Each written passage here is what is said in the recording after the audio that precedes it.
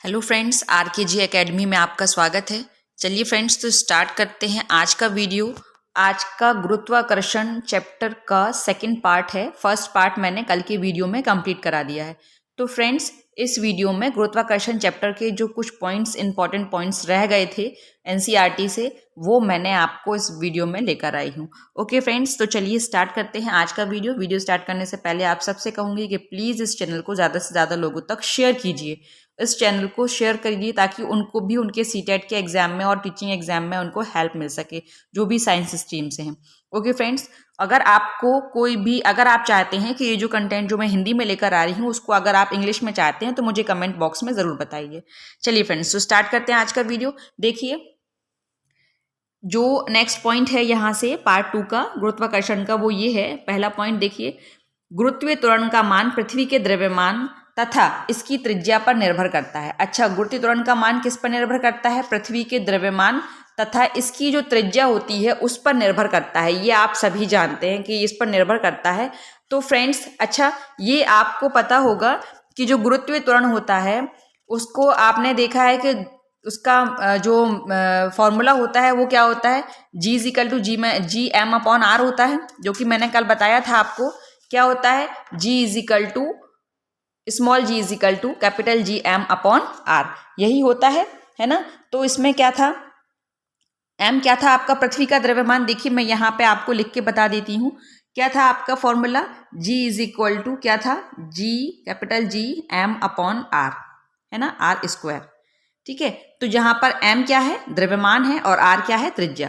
तो गुरुत्वीय त्वरण क्या है? g। ये किस पर निर्भर करेगा? आपका द्रव्यमान और त्रिज्या पर निर्भर करेगा। ठीक है, चलिए स्टार्ट करते हैं। नेक्स्ट पॉइंट देखिए, गुरुत्वीय त्वरण का मान वस्तु के द्रव्यमान पर निर्भर नहीं करता है। यस, ये बिल्कुल सही बात है।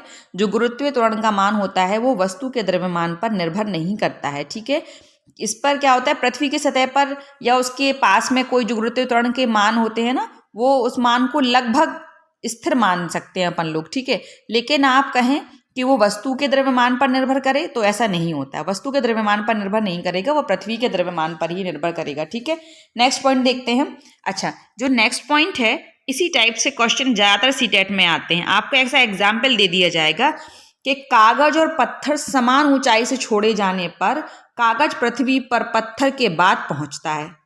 ठीक है, क्या कारण है? आपको 4-5 ऑप्शन दे दिए जाएंगे और आपसे पूछ लिया जाएगा। ठीक है, तो इसका कारण आपको बताना है कि कागज और पत्थर समान ऊंचाई से छोड़े जाने पर कागज पृथ्वी पर पत्थर के बाद पहुंचता है। क्यों पहुंचता है? ऐसा इसलिए होता है क्योंकि कागज पर लगने वाला जो वायु का प्रतिरोध बल होता है, ठीक है, ये प्रतिरोध बल है जो वायु से लग रहा है, वो पत्थर पर लगने वाले वायु प्रतिरोध बल से क्या होता है? अधिक होता है ना। पत्थर पर लगने वाले वायु प्रतिरोध बल से अधिक होता है। पत्थर पर वही वायु प्रतिरोध बल कम लगेगा, लेकिन कागज पर अधिक लगेगा, है ना। तो इसी वजह से क्या होता है? पृथ्वी पर पत्थर के बाद पहुंचता है कागज। ठीक है, पहले पत्थर पहुंच जाता है, कागज बाद में पहुंचता है। चलिए नेक्स्ट पॉइंट देखते हैं क्या है। किसी वस्तु का भार वह बल है जिससे यह पृथ्वी की ओर आकर्षित होता है। ठीक है, किसी वस्तु का भार जो है वो वह बल है जिससे वह पृथ्वी की ओर क्या करता है? आकर्षित होता है। हम सभी जानते हैं, आप सब जानते होंगे क्या होता है। आप फॉर्मूला, जैसे आपका भार का फॉर्मूला आप जानते हैं क्या होता है? भार का फॉर्मूला वेट का क्या होता है? W इज इक्वल टू होता है mg। क्या होता है? Weight is equal to mg। ठीक है, mg, m क्या है आपका? वस्तु का द्रव्यमान, और g क्या है आपका? यहाँ पर गुरुत्वीय त्वरण है ना, क्योंकि ध्रुवों पर गुरुत्वीय त्वरण विषुवत पर गुरुत्वीय त्वरण से अधिक होता है ना। ध्रुवों पर जो गुरुत्वीय त्वरण लगता है, जो विषुवत पर लगने वाले गुरुत्वीय त्वरण से क्या होता है? अधिक होता है। इसलिए क्या होता है? वस्तु का भार जो होता है वो ध्रुवों से विषुवत वृत्त की ओर जाने पर क्या होता है? घटता है। इसी वजह से W इज इक्वल टू क्या होता है? mg होता है, और जहां पर m क्या है? द्रव्यमान है, और g क्या है? आपका गुरुत्वीय त्वरण है। ठीक है फ्रेंड्स, चलिए नेक्स्ट पॉइंट देखते हैं। हमारा नेक्स्ट पॉइंट क्या है? किसी वस्तु का भार ध्रुवों से विषुवत की ओर घटता है। ये मैंने अभी अभी आपको बताया कि ध्रुवों से विषुवत की ओर क्या होगा? वस्तु का भार क्या होता है? घटता है। नेक्स्ट पॉइंट देखते हैं। यदि पृथ्वी का गुरुत्वाकर्षण अचानक से खत्म हो जाए और तो वह वस्तु का भार वहां पर क्या हो जाएगा? 0 हो जाएगा, परंतु द्रव्यमान वही रहेगा, है ना। परंतु क्या होगा? द्रव्यमान वही रहेगा। ये इसमें आपका पॉइंट में दिया है और ये पॉइंट बिल्कुल सही है। अच्छा, अब आप ये देखिए कि अचानक से क्या हो रहा है, वो कम हो जा रहा है। ठीक है, तो अचानक से 0 हो जाएगा वस्तु का भार। कोई भी चीज आप ऊपर से फेंकेंगे तो उसका वेट कितना होगा, 0। आप उसका वेट नहीं, उसका कोई वेट नहीं होता है उस समय। जब कोई वस्तु आप बहुत ऊंचाई से फेंकते हैं नीचे, तो उसका वहां पर भार, उसका जो वेट होता है वो क्या होता है, 0 होता है। क्यों होता है, क्योंकि वस्तु का द्रव्यमान एक नियत राशि है ना, एक कांस्टेंट है, कांस्टेंट राशि होती है। आप सब जानते हैं जो द्रव्यमान होता है वो एक कांस्टेंट राशि होती है ना। तो इसी वजह से यह एक स्थान से दूसरे स्थान पर क्या हो जाता है, ये वस्तु को ले जाने में क्या होता है, चेंज होता है, नहीं होता है। एक स्थान से दूसरे स्थान पर ले जाने में वस्तु का जो वेट होता है वो चेंज नहीं होता है, जबकि जो आपका भार होता है वो गुरुत्वीय त्वरण पर निर्भर करता है। किस पर निर्भर करता है, गुरुत्वीय त्वरण पर। और गुरुत्वाकर्षण ही अगर खत्म हो जाएगा तो गुरुत्वीय त्वरण का मान क्या हो जाएगा, 0 हो जाएगा, जिसके कारण क्या हो जाएगा, वस्तु का जो वेट होगा वो क्या हो जाएगा, 0 हो जाएगा। चलिए नेक्स्ट पॉइंट देखते हैं क्या है हमारा। चंद्रमा पर किसी मानव का जो भार होगा वो पृथ्वी पर भार की तुलना में 1/6 होता है। फ्रेंड्स, ये पॉइंट बहुत इंपॉर्टेंट है। ठीक है, ये एग्जाम में पूछा जा सकता है आपसे। 100% इसमें कह सकती हूँ कि किसी न किसी एग्जाम में पक्का ये आपसे पूछ लिया जाएगा। टीचिंग एग्जाम में बता रही हूँ मैं, सीटेट में भी आ सकता है। डायरेक्ट नहीं पूछा जाएगा, तो आपको ऑप्शन में दे दिए जाएगा और उनमें से दो तीन जो ऑप्शन होंगे वो आपसे पूछ लिए जाएंगे कि इनमें से कौन से सही हैं। उनमें से एक पॉइंट ये भी होगा, चंद्रमा पर किसी मानव का जो भार होता है वो पृथ्वी पर भार की तुलना में कितना होता है, 1/6 होता है। ये ध्यान रखिएगा। अच्छा, नेक्स्ट पॉइंट देखिए, पलायन वेग प्राप्त करने के बाद कोई पिंड, ये पिंड है, पलायन वेग प्राप्त करने के बाद कोई पिंड पृथ्वी पर वापस नहीं आता है। ये बात बिल्कुल सही है। अगर किसी पलायन वेग से आप किसी वस्तु को ऊपर की ओर फेंकेंगे, किसी पिंड को फेंकेंगे, तो वो वापस नहीं आएगी। ठीक है, वो वापस नहीं आएगी, क्योंकि जब वो जाती है ऊपर, फेंके जाता है जब उसको, तो वह पृथ्वी के गुरुत्वाकर्षण क्षेत्र से बाहर चली जाएगी, है ना। अगर वो उसका जो पृथ्वी का जो गुरुत्वाकर्षण है उससे बाहर चली जाएगी तो वो वापस नहीं आएगी। ठीक है। अच्छा, पलायन वेग का फॉर्मूला क्या होता है, देखिए यहाँ पर क्या होता है पलायन वेग का फॉर्मूला, बताइए तो जरा। पलायन वेग क्या होता है, v इज इक्वल टू क्या होता है यहाँ पर, ये होता है √2GRE, है ना, 2GRE, ये स्मॉल ई। ठीक है, और ये RE जानते हैं क्या होता है, ये RE होता है आपका पृथ्वी की त्रिज्या। ये क्या होती है, पृथ्वी की त्रिज्या। और जी तो आप सभी जानते हैं ये क्या होता है, गुरुत्वीय त्वरण। ठीक है, तो ये पलायन वेग का फॉर्मूला है, कभी कभी ऑप्शन में दे दिया जाएगा, आपसे पूछ लिया जाएगा, तो इसे भी ध्यान रखिएगा फ्रेंड्स। में जैसे कि मैं आपको अपने हर वीडियो में बताती हूँ कि मेरे वीडियो देखने के साथ साथ बहुत ध्यान से सुनिए भी और देखिए भी। बहुत सारी चीज़ें हैं जो इसमें मैंने मेंशन नहीं की हुई होती हैं, जो कि मैं आपको समझाते टाइम आपको बता देती हूँ।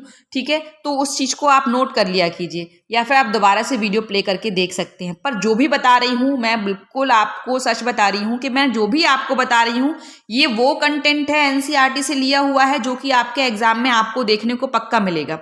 फ्रेंड्स, यही टाइम है आपके पास तैयारी करने का। ये 1 महीने में आप जितना पढ़ सकते हैं उतना पढ़ लीजिए। जितना एनसीईआरटी का कंटेंट आपको मिल रहा है, आपको यूट्यूब पे कहीं पर भी मिल रहा है, आप उसको बिल्कुल कवर कर लीजिए, क्योंकि देखिए एनसीईआरटी की बुक्स बहुत है। ठीक है, अगर आप 6, 7, 8 तक की अगर आप बुक्स, 9 चलो छोड़ देते हैं, अगर 8 तक की भी अगर आप बुक पढ़ने बैठोगे तो आपको 2-3 महीने लग जाएंगे, अगर आप एक एक चैप्टर वाइज एक एक चीज अच्छे से एक्सप्लेन करेंगे तो, है ना। इसीलिए मैं आपको एनसीईआरटी की बुक से ही 6, 7, 8 तक की बुक से ही, 9th का भी कंटेंट है इसमें, तो मैं इसमें से सिलेक्टेड कंटेंट ही आपके लिए लेकर आ रही हूँ, और वही जो आपके एग्जाम में आने की संभावना ज़्यादा से ज़्यादा जिसकी है वही मैं लेकर आ रही हूँ आपको। और मैं लास्ट टाइम पे आपको क्वेश्चन में एज अ क्वेश्चन भी करवाऊंगी कि किस टाइप से आपको क्वेश्चन में यही कंटेंट आपको देखने को मिलेगा। तो फ्रेंड्स, इस वीडियो को ज़्यादा से ज़्यादा लोगों तक शेयर भी कीजिए, ताकि और लोगों को भी हेल्प मिल सके इससे। ये मैं इसमें मैं ज़्यादा तामझाम नहीं करती हूँ अपने वीडियोज़ में, ज़्यादा उनको बहुत सजाना या बहुत ऐसा कुछ नहीं करती हूँ। इसमें टाइम वेस्ट, मैं सोचती हूँ जितना टाइम आपके लिए बेस्ट है उतना ही आपको लगे, ज़्यादा आपका टाइम वेस्ट ना हो, इसलिए मैं आपको सीधा सीधा कंटेंट आपके लिए लेकर आती हूँ बस। तो मैं यही आपसे कहूँगी कि जो भी मैं बता रही हूँ, जो भी मैं पढ़ा रही हूँ, उसको ध्यान से सुनिए और देखिएगा भी, और दूसरों को भी शेयर कीजिए, ताकि वो भी इससे उनको भी हेल्प मिल सके। ठीक है फ्रेंड्स, तो ये था आपका पलायन वेग का फॉर्मूला, है ना। अच्छा, अब देखिए यहाँ पर क्या है, नेक्स्ट है आपका पलायन वेग जो होता है वो पिंड के आकार पर निर्भर करता है। किस पर निर्भर करता है? पिंड के आकार पर। ये पॉइंट आप ध्यान रखिएगा। पलायन जो वेग होता है, पलायन वेग के जो होता है वो पिंड के आकार पर निर्भर करता है। अच्छा, नेक्स्ट पॉइंट क्या है यहाँ पर? नेक्स्ट पॉइंट है चंद्रमा पर गैस अणुओं का पलायन वेग भी उनके, ये यहाँ पर पलायन वेग है, उसके पलायन वेग भी उनके वर्ग माध्य मूल वेग से कम होता है। इसी कारण चंद्रमा पर वायुमंडल नहीं है। क्वेश्चन पूछ लिया जाता है कि चंद्रमा पर वायुमंडल क्यों नहीं है ना? क्यों नहीं है? 3-4 कारण आपको दे दिए जाएंगे, उसमें से आपको सही बताना होगा कि कौन सा नहीं है, मतलब कौन सा जो आपका कारण उसमें से है वो आपको बताना होगा, और कौन सा नहीं है ऐसा भी पूछ लिया जा सकता है। तो वो पर आपको मेन चीज है कि आपको सॉलिड आंसर पता होना चाहिए कि क्या होता है, चंद्रमा पर वायुमंडल क्यों नहीं है। क्यों नहीं है? क्योंकि चंद्रमा पर गैस अणुओं का जो पलायन वेग होता है उसके वर्ग माध्य मूल वेग से कम होता है। किससे कम होता है? उसके वर्ग माध्य मूल वेग से कम होता है। देखिए चंद्रमा पर पलायन वेग का मान कितना होता है? आप जानते हैं चंद्रमा पलायन? ये बहुत बढ़िया क्वेश्चन है। चंद्रमा पर यह भी पूछ लिया जा सकता है कि आपसे कि बताइए चंद्रमा पर जो पलायन वेग का मान होता है वो कितना होता है, बताइए जरा। तो फ्रेंड्स इसको नोट कर लीजिएगा, चंद्रमा पर पलायन वेग का जो मान होता है वो होता है 2.4 किलोमीटर पर सेकेंड। ठीक है, ये चंद्रमा पर पलायन वेग का मान होता है। ठीक है, चंद्रमा पर पलायन वेग का मान कितना होता है? 2.4 किलोमीटर पर सेकेंड होता है, जो कि क्या है? पृथ्वी की तुलना में बहुत ही कम है ना? बहुत कम है पृथ्वी की तुलना में। तो इसी कारण से इसी सतह पर जो उपस्थित गैस और वायु के जो भी कण होंगे ना, वो अपनी मतलब जो उनका बहुत ज्यादा वेग होगा उसके कारण क्या करेंगे? वो वहां से पलायन कर जाते हैं, मतलब भाग जाते हैं, आप ये भी कह सकते हो। ठीक है, चले जाते हैं। और वायुमंडल कैसा हो जाता है? वहां पर बिल्कुल भी नहीं रहता है, अनुपस्थित मान लो उसको, बिल्कुल एब्सेंट हो जाता है, वहां पर बिल्कुल नहीं रहता है। ठीक है, तो यही कारण है कि चंद्रमा पर क्या होता है? वायुमंडल नहीं है। चंद्रमा पर गैस अणुओं का पलायन वेग जो होता है उनके वर्ग माध्य मूल वेग से कम होता है, इसीलिए चंद्रमा पर वायुमंडल नहीं है। तो ठीक है फ्रेंड्स, ये आपको क्लियर हुआ। इसमें मैंने आपको देखिए एक और क्वेश्चन बन गया था, वो मैंने बता दिया फ्रेंड्स, ये इंपॉर्टेंट है, इसको नोट कर लीजिएगा। चलिए नेक्स्ट देखते हैं। तुल्यकाली उपग्रह 24 घंटे में पृथ्वी के परितः परिक्रमण करते हैं। ये डंडा नहीं है यहाँ पे, परितः परिक्रमण करते हैं। तुल्यकाली उपग्रह जो होते हैं, है ना, तुल्यकाली उपग्रह कैसे होते हैं? पृथ्वी का ऐसा उपग्रह जिसका परिक्रमण काल पृथ्वी अपने अक्ष के परिक्रमण काल के बराबर हो। जिसका परिक्रमण काल मतलब उसका जो घूमने का जो टाइम है वो उसका परिक्रमण काल उसके अपने अक्ष के परिक्रमण काल के बराबर हो, यानी 24 घंटे हो, है ना, वो तुल्यकाली उपग्रह या फिर क्या कहलाते हैं? भू स्थिर उपग्रह, है ना, कहलाते हैं। तो ये हमें ध्यान रखना है। सबसे पहले तो यही हो जाता है ना कि बताइए तुल्यकाली उपग्रह, ये आप जानते हैं। पहले जब तक इसको नहीं समझेंगे तो ये बाकी कैसे पता चलेगा, है ना। तो पहले इसी को समझ लो कि तुल्यकाली उपग्रह होता क्या है। तुल्यकाली उपग्रह क्या होता है? ऐसा उपग्रह जिसका परिक्रमण काल पृथ्वी अपने अक्ष पर परिक्रमण काल के बराबर हो, है ना, यानी कितना हो? 24 घंटे हो। उसको हम क्या बोलते हैं? तुल्यकाली उपग्रह बोलते हैं। उसको भू स्थिर उपग्रह भी बोलते हैं। ठीक है, इस प्रकार के उपग्रह क्या होते हैं? पृथ्वी तल से कितने, ये देखो, ये मैंने यहाँ पे मेंशन किया है, इसकी जो पृथ्वी तल से ऊंचाई कितनी होती है इस प्रकार के उपग्रहों की? 35830। ठीक है, ये किलोमीटर, ये इतनी ऊंचाई होती है। ठीक है, तो ये पॉइंट्स इंपॉर्टेंट हैं फ्रेंड्स, ये ध्यान रखिएगा, ये इंपॉर्टेंट पॉइंट्स हैं दोनों यहाँ पर। ठीक है, चलिए अब नेक्स्ट देखते हैं। अच्छा, अभी और है तुल्यकाली उपग्रह का एक पॉइंट और है यहाँ पर। क्या है? तुल्यकाली उपग्रह विषुवत तल में पृथ्वी के परितः चक्कर लगाते हैं। कैसे चक्कर लगाते हैं? वो पृथ्वी के परितः चक्कर लगाते हैं। और अब नेक्स्ट पॉइंट है, ध्रुवीय उपग्रह ध्रुवों के परितः उत्तर दक्षिण दिशा में गमन करते हैं। अच्छा, जो ध्रुवीय उपग्रह होते हैं वो कैसे होते हैं? ध्रुवीय उपग्रह, जो ध्रुवीय उपग्रह होते हैं वो क्या होते हैं? पृथ्वी के चारों ओर ध्रुवीय कक्षाओं में चक्कर लगाते हैं, वो होते हैं ध्रुवीय उपग्रह। सबसे पहले तो ये समझ लो कि वे उपग्रह जो पृथ्वी के चारों ओर ध्रुवीय कक्षाओं में चक्कर लगाते हैं वो आपके कौन से उपग्रह होते हैं? ध्रुवीय उपग्रह होते हैं। और ध्रुवीय उपग्रहों की कक्षा की दिशा कैसी होती है? उत्तर दक्षिण होती है। ये ध्यान रखिएगा, कैसी दिशा होती है? उत्तर दक्षिण दिशा होती है। कैसी होती है ध्रुवीय उपग्रहों की दिशा? उत्तर दक्षिण दिशा होती है। और इसी डायरेक्शन में क्या होते हैं? ये गमन करते हैं, यानी चलते हैं, घूमते हैं, ठीक है। और इन उपग्रहों का आप ध्रुवीय उपग्रह जो होते हैं पृथ्वी की सतह से कितने 500 से 800 किलोमीटर पर होते हैं। ये कितने होते हैं 500 से 800 किलोमीटर तक होते हैं, ये ध्यान रखिएगा। 500 से 800 किलोमीटर दूरी पर होते हैं। ये कहाँ होते हैं पृथ्वी से कितनी होती है इनकी दूरी, पृथ्वी सतह से 500 से 800 किलोमीटर दूरी पर होते हैं ये। और इन उपग्रहों का उपयोग कहाँ होता है, देखिए मैंने यहाँ पर डाला है, हाँ देखिए इस पॉइंट में है, यहाँ पर 500 से 800 किलोमीटर तक होते हैं। और ध्रुवीय उपग्रहों का जो उपयोग होता है वो पर्यावरण अध्ययन के लिए किया जाता है, सुदूर संवेदन, है ना, इन सब चीजों के लिए, इत्यादि के लिए किया जाता है।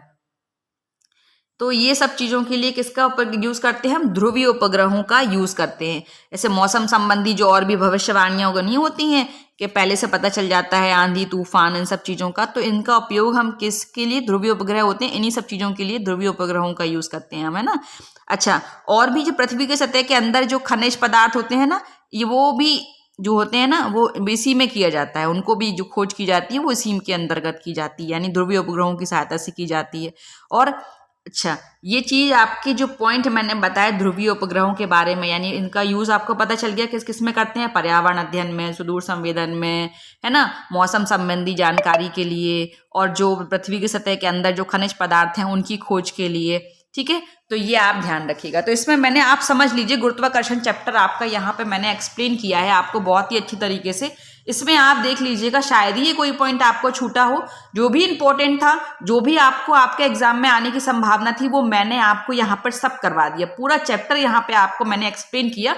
अगर इस चैप्टर में आपको कहीं भी किसी भी टॉपिक में कोई भी डाउट हो तो फ्रेंड्स प्लीज मुझे कमेंट बॉक्स में जरूर बताइएगा, ओके। अगर हाँ, हर चीज का मैंने एक चीज और भी बताई कि अगर आपको चाहिए है ये वीडियोस जो मैं हिंदी में बना रही हूँ, वो आपको इंग्लिश में चाहिए आपको, तो वो मैं इंग्लिश में भी प्रोवाइड करा दूंगी, पर आपको मुझे कमेंट बॉक्स में बताना होगा, ओके फ्रेंड्स। अगर आपको वीडियो अच्छा लगा हो तो इस वीडियो को ज्यादा से ज्यादा लोगों तक प्लीज शेयर जरूर कीजिएगा, ताकि अदर कैंडिडेट्स को भी, जो भी टीचिंग एग्जाम के लिए तैयारी कर रहे हैं, सीटेट के एग्जाम की तैयारी कर रहे हैं, खास तौर से जिनके जो साइंस स्ट्रीम से हैं, उनको ये वीडियो की जो भी हेल्प मिल सकती है ना, उनको भी, उनके लिए भी बहुत हेल्पफुल होगा, बहुत ही यूजफुल होगा। तो उनको भी शेयर जरूर कीजिएगा ये वीडियो। अगर वीडियो अच्छा लगे तो इसको लाइक भी कीजिए और मेरे चैनल को सब्सक्राइब भी कीजिए। Thank you.